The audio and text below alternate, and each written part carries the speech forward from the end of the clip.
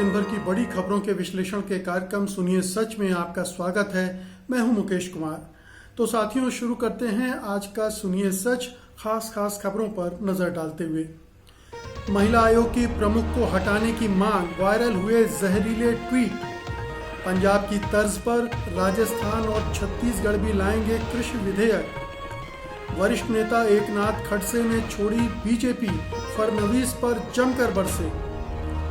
हाथरस कांड की forensic report पर सवाल उठाने वाले डॉक्टर को हटाया। हाथरस कांड से हताश 236 दलित लोगों ने छोड़ा हिंदू धर्म, बौद्ध बने। सिंध पुलिस और सेना के रेंजर आमने सामने, पाक में गृह युद्ध जैसे हालात।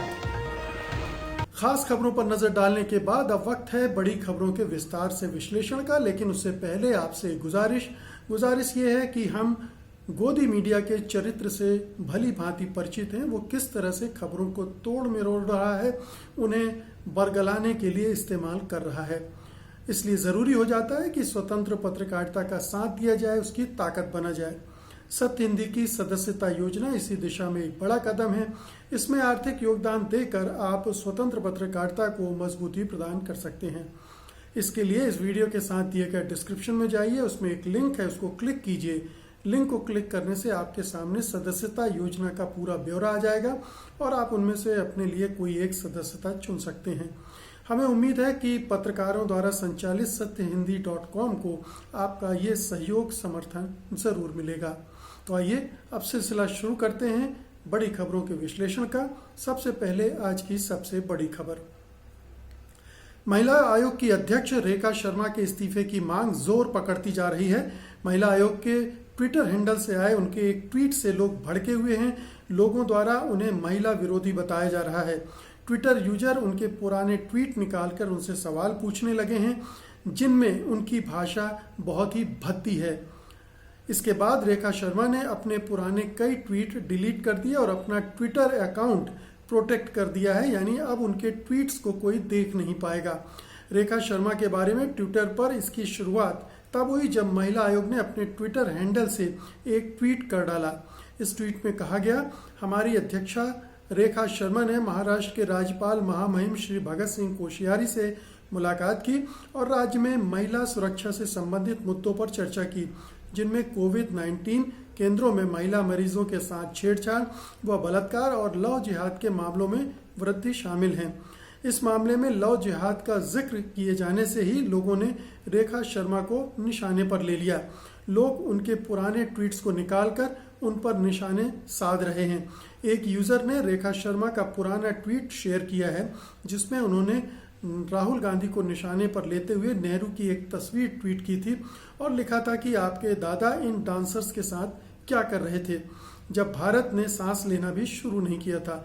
इतना ही नहीं, रेखा शर्मा का एक और पुराना ट्वीट वायरल हो रहा है जो उन्होंने साल 2014 में किया था। इसमें उन्होंने महात्मा गांधी के खिलाफ आपत्तिजनक टिप्पणियां की हैं।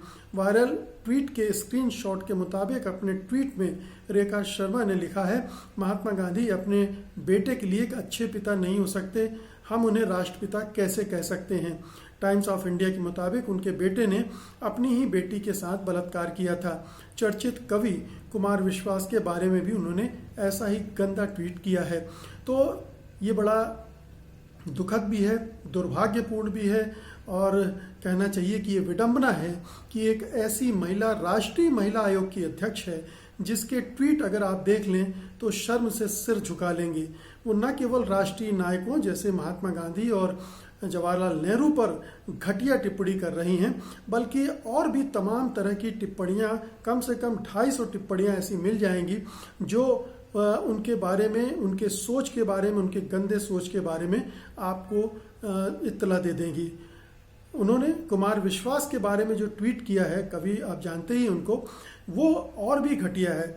कुमार विश्वास ने कहा था, प्रियंका मेरी बहन जैसी हैं, और माननीय रेखा शर्मा जो राष्ट्रीय महिला आयोग की अध्यक्ष हैं, उन्होंने उस ट्वीट को रीट्वीट करते हुए उसमें टिप्पणी लगाई कि क्या प्रियंका के पिता आपकी माँ से कोई संबंध रखते थे। इस तरह के इशारों में बात की जो कि आप अगर अपने पड़ोसी के मित्र की बेटी या किसी को बहन कह दें अगर, तो क्या ये इस तरह से इस संबंध को जोड़ा जाएगा कि आपके पिता के और उनकी माँ के कोई संबंध थे?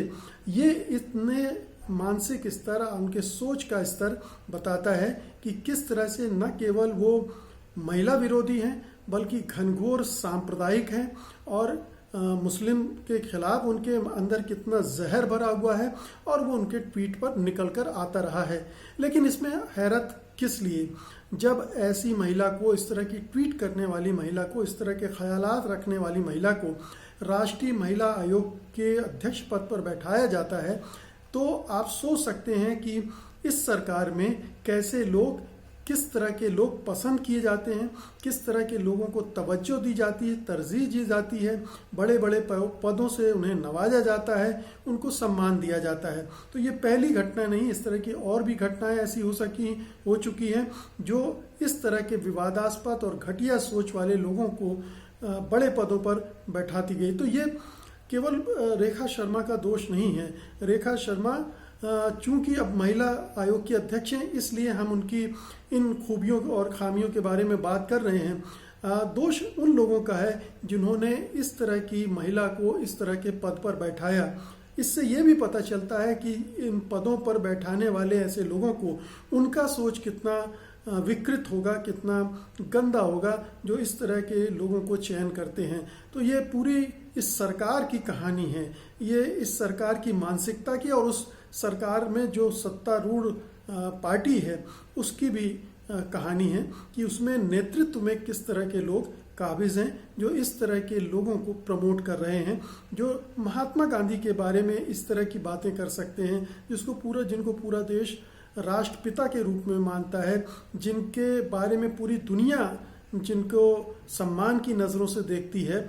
हर व्यक्ति के जीवन में कुछ एक घटना ऐसी हो सकती हैं, उनके बच्चों द्वारा की जा सकती हैं, लेकिन ये कहने उसकी वजह से उनकी सारी उपलब्धियां, उनके सारे चरित्र, उनके व्यक्तित्व को नष्ट कर दिया जाए, ये तो कहीं की समझदारी नहीं मानी जाएगी।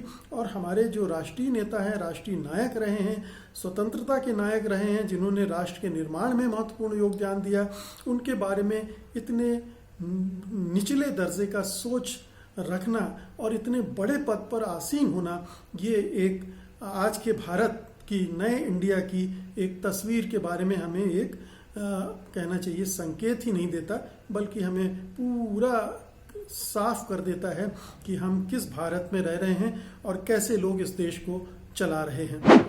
अगली खबर लेते हैं। केंद्र के कृषि कानूनों को बेअसर करने के लिए पंजाब के बाद अब राजस्थान और छत्तीसगढ़ की विधानसभाओं में भी ऐसे विधेयक लाने की तैयारियां हो रही हैं। कांग्रेस शासित राजस्थान के मुख्यमंत्री अशोक गहलोत ने साफ शब्दों में कह दिया है कि उनकी सरकार कृषि कानूनों को उलटने के प्रावधान वाले विधेयक विधानसभा में जल्दी ही पेश करेगी। ये मुमकिन है कि शीतकालीन सत्र में उन्हें पेश कर दिया जाए। कांग्रेस शासित छत्तीसगढ़ के मुख्यमंत्री भूपेश बघेल ने ऐसा विधेयक लाने की बात ही नहीं कही है, बल्कि वो इसके लिए राज्य विधानसभा का विशेष सत्र भी बुलाना चाहते हैं। लेकिन राज्यपाल अनसुईया उइके ने अड़ंगा लगाते हुए सवाल उठाया कि विशेष सत्र की जरूरत ही क्या है। पंजाब की कांग्रेस सरकार ने मंगलवार को एक विधेयक पेश किया था विशेष सत्र में, जिसके प्रावधान कृषि कानूनों के उलट हैं। केंद्र द्वारा जो कृषि कानून बनाए गए हैं, पंजाब के मुख्यमंत्री कैप्टन अमरिंदर सिंह ने इस पर बहुत ही कड़ा और आक्रामक रवैया अपनाया हुआ है। अमरिंदर सिंह ने उम्मीद जताई कि राज्यपाल वीपी सिंह बदनौर इन कृषि विधेयकों पर दस्तखत कर देंगे, लेकिन ये चेतावनी भी दे डाली है कि ऐसा अगर नहीं किया तो सरकार अदालत का दरवाजा खटखटाएगी। नियम के अनुसार राज्यपाल अधिकतम 2 बार किसी विधेयक को पुनर्विचार करने के लिए सरकार को वापस भेज सकते हैं, तीसरी बार उन्हें लेकिन दस्तखत करना ही पड़ेगा। तो 2 राज्य पहले ही कांग्रेस ने घोषणा करती थी, सोनिया गांधी ने अपने कांग्रेस शासित राज्यों को निर्देश दे दिए थे कि केंद्र ने जो कानून बनाए हैं किसानों को लेकर, कृषि को लेकर, जिसका देश भर में विरोध हो रहा है, पंजाब, हरियाणा, उत्तर प्रदेश के किसान तो आंदोलनरत हैं, तो उनको निगेट करने के लिए, उनको बेअसर करने के लिए वो काउंटर कानून बनाए ताकि किसानों को परेशानी ना हो, और उस दिशा में पंजाब में ये कदम अमरिंदर सिंह सरकार ने उठा दिया है। अब राजस्थान और छत्तीसगढ़ की सरकारें करेंगी, और भी दूसरी सरकारें इस दिशा में कदम बढ़ा सकती हैं। जहां पर कांग्रेस दूसरों के साथ मिलकर सरकार चला रही, शायद वहां भी इस तरह की कोशिश की जाए। तो एक के बाद एक अगर इसमें 10, 12, 15 राज्य जुड़ गए तो जाहिर है कि केंद्र सरकार के लिए परेशानी खड़ी हो सकती है। लेकिन ये एक तरह से केंद्र को एक संदेश भी दिया जा रहा है, क्योंकि कृषि जो है राज्यों के क्षेत्राधिकार में आता है। ये कृषि के मामले में निर्णय लेने का अधिकार राज्यों को होता है, जो कि केंद्र ने उसका ध्यान नहीं रखा है। उसने राज्यों के अधिकारों में नाजायज हस्तक्षेप किया है। तो जाहिर है कि इसका विरोध हो रहा है, और राज्य जो कांग्रेस शासित राज्य हैं उन्होंने बिल्कुल मोर्चा खोल दिया है। ये भी साफ दिख रहा है कि वहाँ के राज्यपाल उनका साथ नहीं देंगे। अनसुईया उइके छत्तीसगढ़ की राज्यपाल हैं, उन्होंने विशेष सत्र बुलाने पर प्रश्न चिन्ह खड़े कर दिए। लेकिन ये वहाँ की सरकार अगर चाहती है तो राज्यपाल को इस पर कोई आपत्ति जताने का कोई मतलब नहीं बनता है। आखिरकार पंजाब में तो राज्यपाल ने अनुमति दी और विशेष सत्र बुलाया गया और उसमें विधेयक पारित भी करवाए गए। तो ये छत्तीसगढ़ में भी होने में कोई रुकावट नहीं आनी चाहिए। लेकिन अगर सत्र बुला लिया जाता है, विधेयक पारित भी कर दिए जाते हैं, तो तय है कि यहाँ के राज्यपाल उसको रोकने की, उसको टालने की हर संभव कोशिश करेंगे, और जितना ज़्यादा इसको खींचा जा सकता है खींचा जाएगा। लेकिन जितना ज़्यादा खींचेंगे उतना ही राज्यों में बीजेपी के खिलाफ माहौल भी बनेगा, एक मोर्चेबंदी भी हो सकती है। तो केंद्र सरकार के लिए ये नई चुनौती है। निश्चित रूप से जितना वो विरोध करेगी उसकी छवि उतनी खराब होगी, भारतीय जनता पार्टी की छवि खराब होगी, और विपक्षी दलों को इसका लाभ मिलेगा, और दूसरे राज्य भी जहां पर बीजेपी शासन कर रही वहां भी उन पर इसका दबाव बनेगा कि वो भी इस तरह के बदलाव करें। अगली खबर लेते हैं। लंबी अटकलों के बाद महाराष्ट्र बीजेपी के वरिष्ठ नेता और पूर्व मंत्री एकनाथ खड़से ने पार्टी से इस्तीफा दे दिया है। इस बारे में एनसीपी प्रदेश अध्यक्ष जयंत पाटिल ने आधिकारिक घोषणा कर दी है। जयंत पाटिल ने यह भी बताया कि एकनाथ खड़से शुक्रवार को दोपहर 2 बजे एनसीपी में शामिल होंगे। एकनाथ खड़से का इस्तीफा महाराष्ट्र बीजेपी के लिए तगड़ा झटका बताया जा रहा है। मीडिया को दिए गए अपने बयान में खड़से ने बीजेपी, खासकर पूर्व मुख्यमंत्री देवेंद्र फडणवीस पर जमकर भड़ास निकाली। एकनाथ खड़से ने कहा, मेरी इच्छा नहीं थी पार्टी छोड़ने की, लेकिन एक व्यक्ति की वजह से छोड़ना पड़ रहा है। इसकी शिकायत मैंने पार्टी के वरिष्ठ नेताओं से की, लेकिन वहां भी सुनवाई नहीं हुई, इसलिए मैंने पार्टी छोड़ने का फैसला कर लिया है। खड़से ने कहा कि उनके ऊपर भ्रष्टाचार के झूठे आरोप लगाए गए और रेप के झूठे आरोप लगाए गए। उन्होंने फडणवीस पर आरोप लगाते हुए कहा कि वो फंसा रहे हैं। 4 साल से घर पर हूं, एंटी करप्शन जांच कराई गई, एक महिला के शील भंग का आरोप लगाया गया। जब मैंने डीसीपी से पूछा तो उसने बोला क्या करें, मुख्यमंत्री जी ने ऐसा कहा है। मैंने जब पूछा कि झूठा आरोप क्यों लगा, इस पर कहते हैं कि वह महिला हंगामा कर रही है। खड़से ने आगे कहा, मैं सब आरोपों से मुक्त हो गया हूं, मैंने अपना निर्णय ले लिया है। ना तो राष्ट्रवादी, न कांग्रेस और ना ही शिवसेना ने कभी मेरे इस्तीफे की मांग की थी। मैं सिर्फ देवेंद्र फडणवीस से नाराज हूं। 23 अक्टूबर को मैं राष्ट्रवादी कांग्रेस पार्टी में शामिल हो रहा हूं। देवेंद्र फडणवीस के मुख्यमंत्री बनने के पहले मेरे ऊपर अभी तक कभी एक भी आरोप नहीं लगा था। फडणवीस ने मेरा जीवन बर्बाद करने का काम किया। मैंने 4 साल मानसिक तनाव में जिए हैं। तो एक बहुत बड़ा झटका है एकनाथ खड़से का जाना। वो बहुत ही पावरफुल नेता माने जाते हैं, उत्तर प्रदेश में ताकतवर वो नेता हैं। फडणवीस की सरकार में मंत्री रह चुके हैं, काफ़ी वरिष्ठ नेता हैं। और जो बात निकल कर आ रही है उसके हिसाब से फडणवीस ने उनका कद छोटा करने के लिए, उनको निपटाने के लिए कुछ इस तरह के साजिशें रची थी, और उसके नतीजा था कि एकनाथ खड़से सचमुच में भ्रष्टाचार और रेप जैसे मामलों में फंस गए थे। और उसके बाद से ही वो अकेले चल रहे थे और उनकी बात को पार्टी में कहीं कोई सुनवाई नहीं की गई, उन्हें कहीं से कोई राहत नहीं मिली। और चूंकि देवेंद्र फडणवीस अभी जो बीजेपी का वर्तमान नेतृत्व है उसके लाड़ले हैं, उनकी हर बात सुनी और मानी जाती है, इसलिए जाहिर है कि उनके विरोधियों को कोई तवज्जो नहीं मिलने वाली थी और नहीं मिली।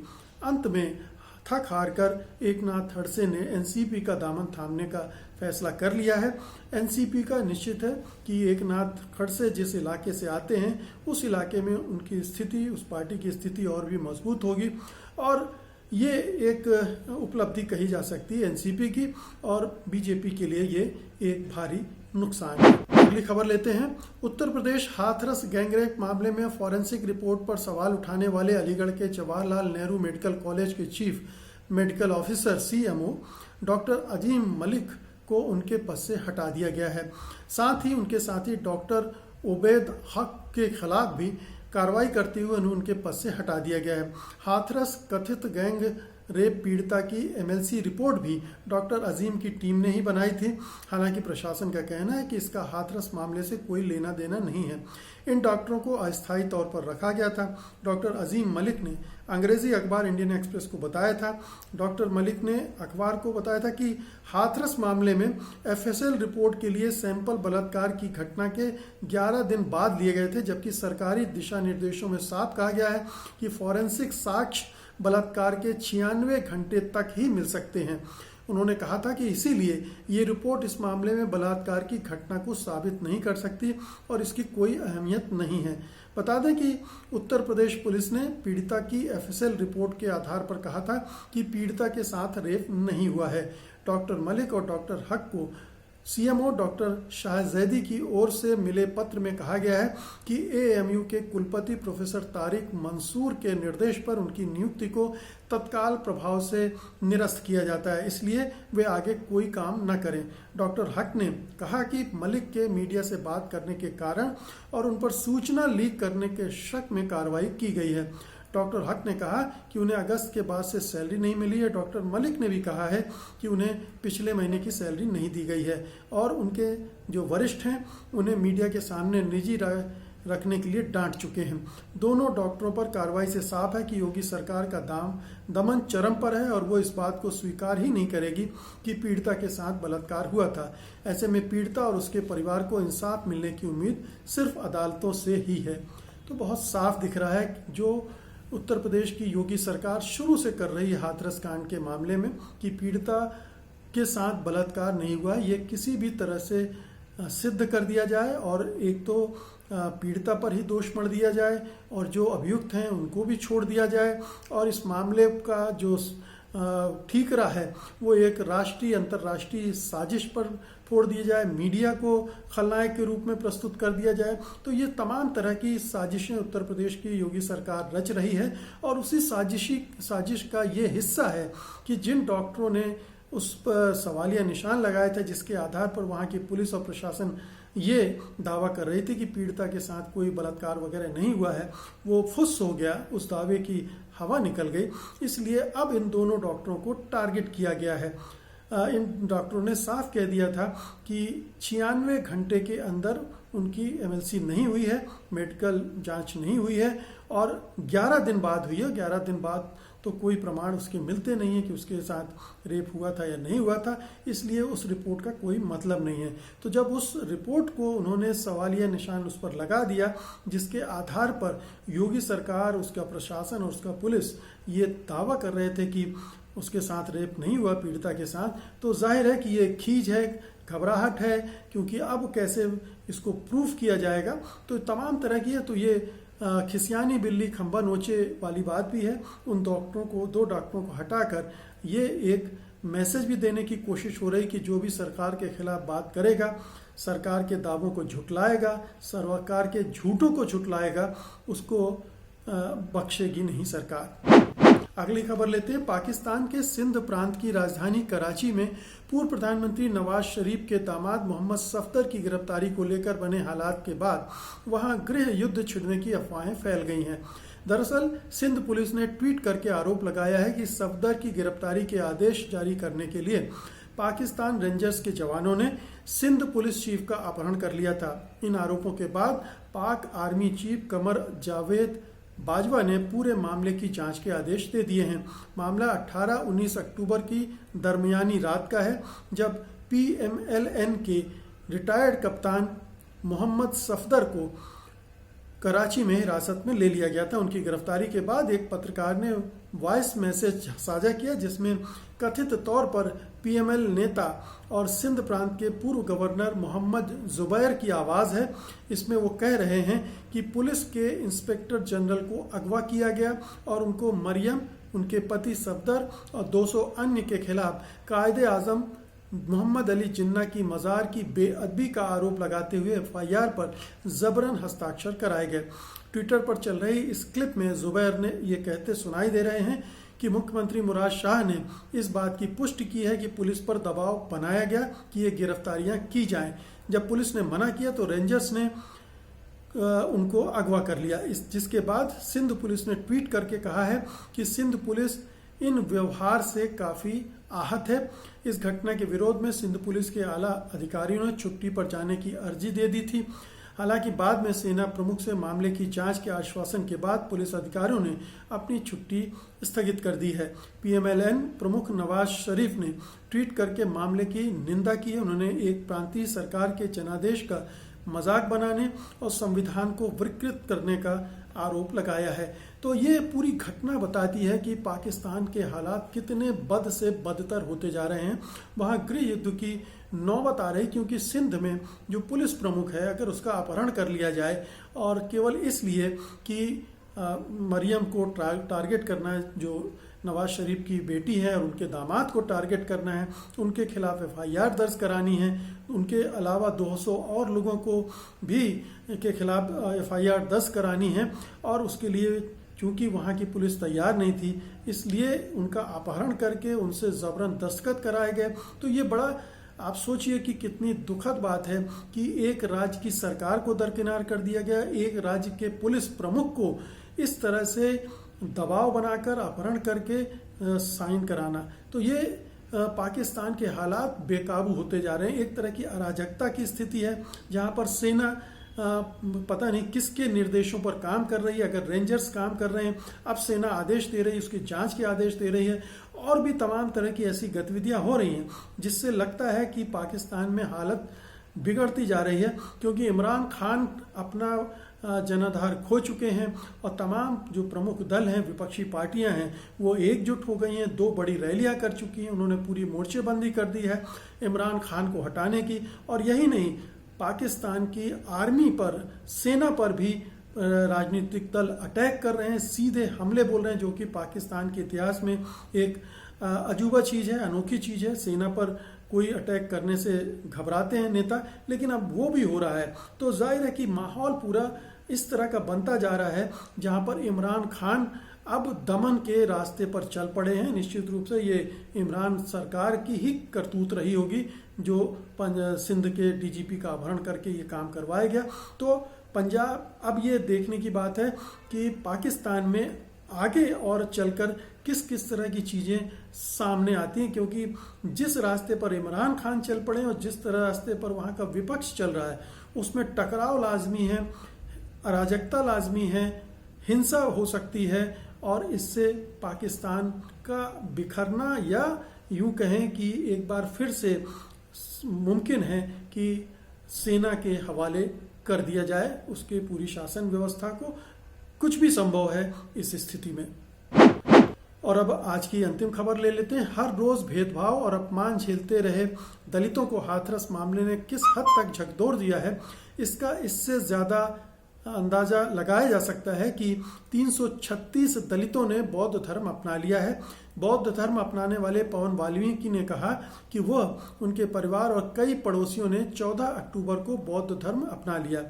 उन्होंने कहा कि करेरा के 236 लोगों ने डॉक्टर भीमराव अंबेडकर के भाई के पड़पोते राजरतन अंबेडकर की उपस्थिति में बौद्ध धर्म ग्रहण किया है। उनका कहना है कि पीढ़ियों से ऐसा भेदभाव और अपमान सहते आए हैं, लेकिन हाथरस मामले ने उनको हिलाकर रख दिया। इस मामले में सरकारी मशीनरी के रवैये ने रही सही कसर भी पूरी कर दी है।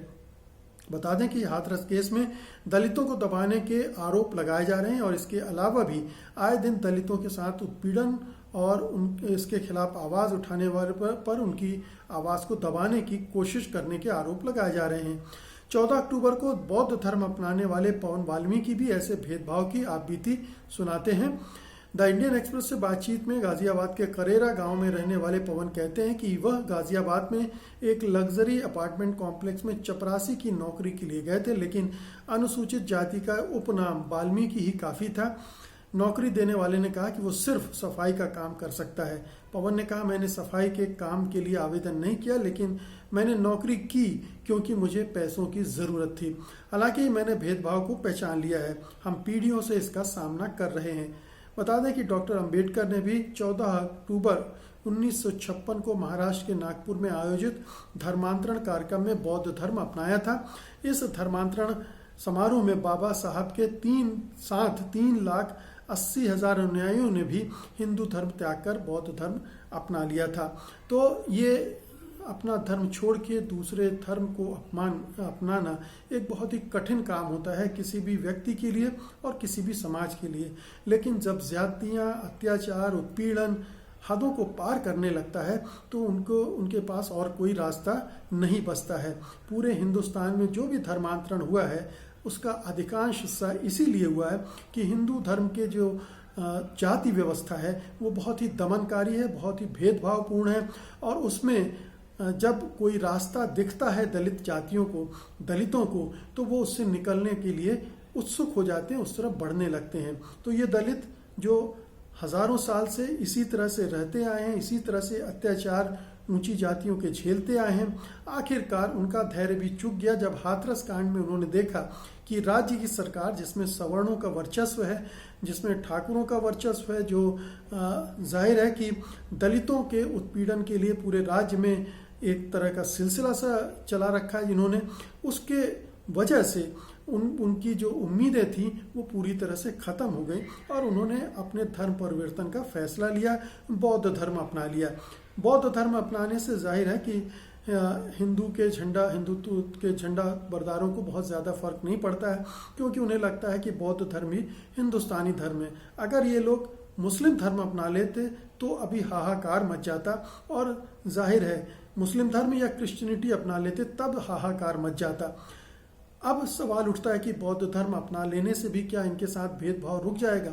ऐसा जो पुराने अनुभव हैं उनसे नहीं लगता है। बौद्ध धर्म अपनाने से ये ज़रूर है कि बौद्ध धर्म एक थोड़ा सा सम्मान देता है, क्योंकि बौद्ध धर्म के अंदर उस तरह का भेदभाव कम है, वहाँ भी है लेकिन कम है। तो उस धर्म के ढांचे में तो वो बच जाते हैं, लेकिन धर्म के बाहर तो वही हिंदू समाज है और उसी में उन्हें रहना है और उनसे वही अपेक्षाएं की जाती हैं और उनके साथ वही व्यवहार होते हैं। तो इस व्यवहार से शायद वो फिर भी नहीं बच पाएंगे।